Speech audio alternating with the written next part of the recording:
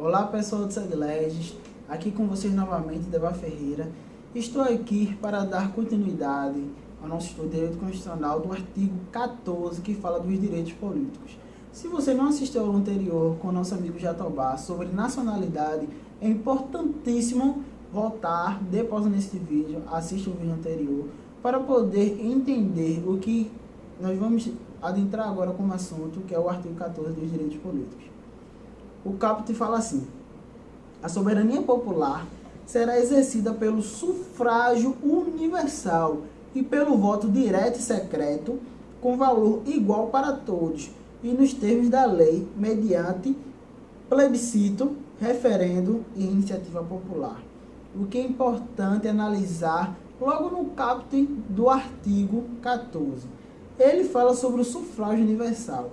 O sufrágio universal é uma coisa que o nosso Constituinte de 1988, ele colocou na nossa Constituição como algo assim totalmente controverso ao que existia antes, que era uma ditadura militar, onde a gente não tinha poder de escolha. Então, o voto, ele é uma ferramenta do sufrágio universal, onde nos dá poder de podermos escolher representante em uma democracia.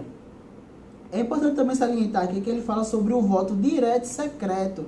Isso tem muito a ver com o nosso contexto histórico do coronelismo, onde o voto não era secreto e aquelas pessoas que votavam eram obrigadas a votar em certas pessoas, pois a partir daí, se elas não votassem, elas acabariam tendo consequências drásticas. Então, como já é de conhecimento geral sobre isso, o coronelismo, então nossa Constituição ela trouxe essa resguarda sobre o voto. Ele continua dizendo sobre três princípios, sobre três formas de democracia direta, que é o plebiscito, o referendo e a iniciativa popular. A iniciativa popular, nós já falamos dela em outros vídeos. Eu vou falar sobre o referendo, sobre o plebiscito. O referendo é quando o Estado, ele faz um projeto de lei, ele tem aquela lei e ele lança como pergunta ao povo para saber se ela está sendo benéfica, se não está, o que é que o povo está achando dessa lei sendo atuada no fato social. E o plebiscito é quando se há aquela proposta, o Estado ele faz aquela proposta de lei para o povo poder votar. Um exemplo prático. Quando nós estávamos entrando em 1988, houve o plebiscito sobre se o povo iria querer uma monarquia, uma república democrática, uma monarquia parlamentarista e assim por etc. Ok? Passando disso, vamos continuar aqui falando que o alistamento eleitoral e o voto são obrigatórios para os maiores de 18 anos. Então, o que é que ele dizer obrigatório? Aquela pessoa que completou mais de 18 anos, se ela não vota, ou ela tem que justificar, ou ela tem que pagar multa, porque só assim ela estará prestando seus deveres como cidadão perante o Estado. E o inciso segundo fala assim: facultativos para, existem três classes: os analfabetos, os maiores de 70 anos, que antes não era facultativo, mas agora é, e os maiores de 16 e menores de 18 anos. O que é que nós podemos entender essa ressalva desse último? Quando você completa 16 anos, você pode ir tirar seu título de eleitor. Eu, por exemplo, eu terei meu título de eleitor com 16 anos, mas eu não votei naquele ano. Então, eu tive que pagar multa? Não. E nem tive que justificar, porque não era obrigatório. Mesmo que essa pessoa que tem 16 anos, ela tira o título de eleitor e ela não vá votar, ela não tem que nem justificar e nem pagar multa, porque é facultativo. Mesma coisa para quem tem mais de 70 anos. A pessoa não é obrigada a ir votar, nem justificar, nem pagar multa. Ok? Aqui fala assim também: não podem alistar-se como eleitores os estrangeiros e durante o período do serviço militar obrigatórios conscritos. Deixar claro aqui quem são os conscritos. São aquelas pessoas que estão prestando serviço militar. Aquelas pessoas que se alistaram e já estão prestando serviço militar. Ok? Continuando. São condições de elegibilidade na forma da lei. Primeiro, a nacionalidade brasileira, o pleno exercício dos direitos políticos, o alistamento eleitoral, o domicílio eleitoral na circunscrição, a filiação partidária, a idade mínima, e aqui ele vai dar um rol totalmente taxativo, que é importante dizer sobre o artigo 14, que é um rol que exatamente, se for cobrado na sua prova, vai ser letra de lei, porque ele é muito simples, muito prático, muito direto. Por exemplo, aqui no parágrafo 3º, ele fala sobre condições de elegibilidade, e ele já vai dizendo quais são essas condições. Tem que ter a nacionalidade brasileira, tem que ter o pleno exercício de direitos políticos, tem que ter o alistamento eleitoral, o domicílio eleitoral na circunscrição, a filiação partidária, porque tem que se filiar um partido pelas nossas regras eleitorais, a idade mínima, ele vai falar sobre a idade mínima aqui, que é para presidente e vice-presidente da República. Isso é muito importante, que muitas pessoas não sabem disso, que existe uma idade mínima para ser presidente e para ser vice, que é de 35 anos. Aqui também fala sobre o governador e vice-governador de estado e do Distrito Federal, que é 30 anos, já é diferente do vice-presidente e do presidente. Também fala sobre deputado federal, deputado estadual, o distrital, prefeito, vice-prefeito e juiz de paz, que é 21 anos. Também fala aqui que para vereador é 18 anos. Você que tem 18 anos, você já pode ingressar, se quiser, como vereador, se candidatar. Parágrafo 4º. São inelegíveis os inalistáveis e os analfabetos.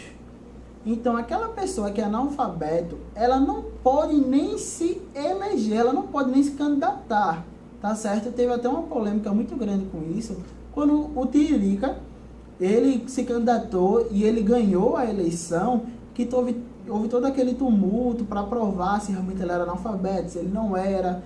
Tá entendendo? Então tem toda essa questão sobre o analfabeto. O analfabeto, ele é inelegível e ele também é facultativo para votar. A gente acabou de ver aqui, ok? Continuando, o presidente da República, os governadores de estado e do Distrito Federal, os prefeitos e quem os houver sucedido ou substituído no curso dos mandatos poderão ser reeleitos para um único período subsequente. Exemplo prático. Dilma era presidente, Temer era vice dela. Dilma saiu, Temer assumiu o cargo de presidente da República. Temer agora, ele só pode ser reeleito, se ele se candidatar e conseguir ganhar, só mais uma vez, porque ele tomou como posse o cargo da antiga presidente. Isso é bem simples e com esse exemplo prático é fácil de decorar. Dando continuidade, para concorrerem a outros cargos, o presidente da República, os governadores de estado do Distrito Federal e os prefeitos devem renunciar os respectivos mandatos até 6 meses antes do pleito. Isso acontece muito, por exemplo, tem muitos candidatos que usam os cargos como ponto para outro. Se candidato como deputado estadual e assim quando está chegando perto de outra candidatura, sei lá, Senado, e assim subsequentemente, ele renuncia antes de 6 meses para poder se candidatar naquela outra candidatura, vamos dizer lá, prefeito e assim por aí vai. Porque depois de 6 meses não pode, no caso tem que ser antes de 6 meses para ele poder se candidatar nesse novo cargo. Aqui fala também, muito importante, são inelegíveis. A gente tem que prestar muita atenção quando o artigo 14 ele fala que quem são os inelegíveis. São inelegíveis no território de jurisdição do titular, o cônjuge e os parentes consanguíneos ou afins até o 2º grau ou por adoção do presidente da República, de governador de estado ou território, do Distrito Federal, de prefeito ou de quem os haja substituído dentro dos 6 meses anteriores ao pleito, salvo se já titular de mandato eletivo e candidato à reeleição. Eu li, mas eu não entendi. De maneira simples, aquela pessoa que conseguiu aquele cargo, vamos lá, que ele fala aqui, até aqui, ó. Se for presidente da República, governador de estado ou território, alguém da família dele, consanguíneo, por aí, afim, como diz aqui na nossa Constituição, não pode se candidatar, não pode também entrar em cargos públicos na mesma jurisdição daquele território. O próximo fala: o militar alistável é elegível atendida às seguintes condições. Vamos ver quando o militar ele é elegível. Se contar menos de 10 anos de serviço, deverá afastar-se da atividade. Se contar mais de 10 anos de serviço, será agregado pela autoridade superior e, se eleito, passará automaticamente no ato da diplomação para inatividade. Então, o militar ele só é alistável nessas condições. Se contar de 10 anos de serviço, deverá afastar da atividade. E se contar mais de 10 anos, ele tem que passar por todo esse processo para a inatividade, para poder assumir o cargo. Parágrafo 9º. Lei complementar estabelecerá outros casos de inelegibilidade e os prazos de sua cessação, a fim de proteger a probidade administrativa, a moralidade para o exercício do mandato, considerada a vida pregressa do candidato e a normalidade e legitimidade das eleições contra a influência do poder econômico ou abuso do exercício de função, cargo ou emprego na administração direta ou indireta. Então isso é como se fosse uma norma de freio e contrapeso contra toda essa influência de poder econômico ou abuso do exercício de função. Nós já estamos acabando nosso artigo 14. Vamos para o parágrafo 10º. O mandato eletivo poderá ser impugnado ante a Justiça Eleitoral no prazo de 15 dias contados da diplomação, instruída a ação com provas de abuso de poder econômico, corrupção ou fraude. O que é que você que não sabe ainda, a impugnação? É quando aquela pessoa adentra com a ação acusando aquela pessoa que foi eleita, um prefeito, um presidente da república e por aí vai, com aquele mandato de impugnação para a sua candidatura, dizendo que ela cometeu algum crime, como fala aqui, alguma fraude, alguma corrupção e por aí em diante.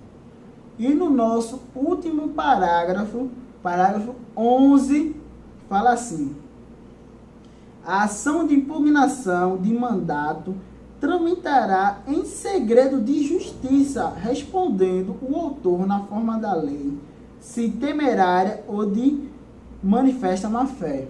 Então, por que ela tramitará em segredo de justiça? Para resguardar exatamente essa má-fé, se houve má-fé ou não. Então, essas são as normas que estabelecem o nosso artigo 14 dos direitos políticos. É uma forma muito simples, muito direta que a nossa Constituição traz sobre os direitos políticos. É um rol totalmente taxativo, então vamos estudar ele. Tem muita regrinha que é básica, é simples, mas tem que ser passada. Por exemplo, importante frisar aqui do candidato militar, como é que ele pode ser elegível ou não. E volta ao vídeo, se tiver alguma dúvida, coloca nos comentários. Curta o vídeo, se inscreva no canal, nos acompanhe no Instagram e o pesadelo continua.